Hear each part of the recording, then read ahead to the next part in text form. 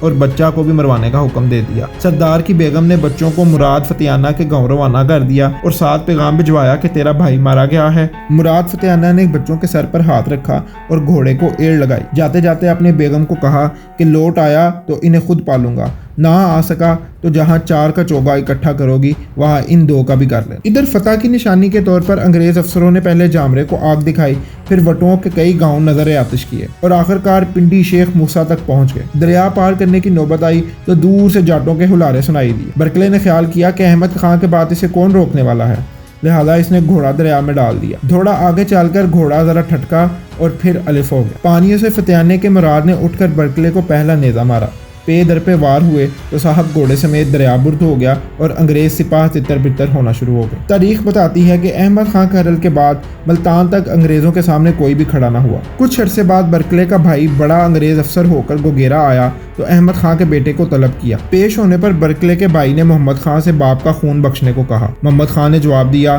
تو وہ بیٹا ہو کر باپ کا خون نہیں بخش سکتا۔ جہاں پلوں کے نیچے بہت سا پانی بہہ چکا تھا اور وہاں انگریز مزاج میں بھی مصلحت در آئی، لاٹ صاحب نے اٹھتے ہوئے بات یوں ختم کی، ٹھیک ہے تمہارا باپ مرا اور میرا بھائی، حساب برابر ہوا، مگر راوی آباد رہنی چاہیے۔ تو راوی دوبارہ بس گئی۔ کئی دہائیوں بعد جب دوسری نسل جوان ہوئی تو ملک آزاد ہو چکا تھا۔ احمد خان کھرل کے پوتے کو دادا کی قبر پکی کروانے کی سوجی تو قبر کے ارد گرد بنیادیں کھودی جا رہی تھی۔ مزدور کی ایک کدال گھڑے کو لگی، مزدوروں نے دیکھا تو ایک گھڑا ہے، گھڑے کو توڑا گیا تو اندر ایک سر موجود تھا۔ 110 سال پرانی وجاہت میں ذرا فرق نہیں پڑا تھا۔ داڑھی کے وال ویسے ہی باریک تھے، آنکھیں ویسے ہی سالم تھی، البتہ جہاں نیزہ گاڑا گیا تھا وہاں ذرا نمی نمی محسوس ہوتی تھی۔ عقیدت مندوں کو تو خون رشتہ ہوا دکھائی دے رہا تھا۔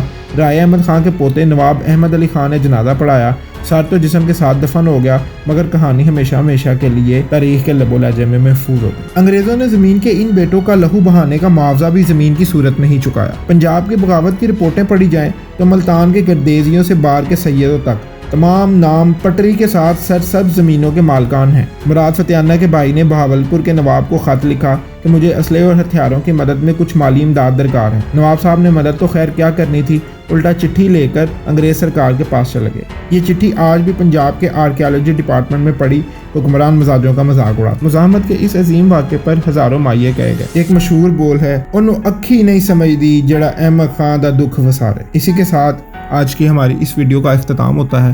جہاں رہیں خوش رہیں، لوگوں میں آسانی بانٹیں۔ بہت شکریہ۔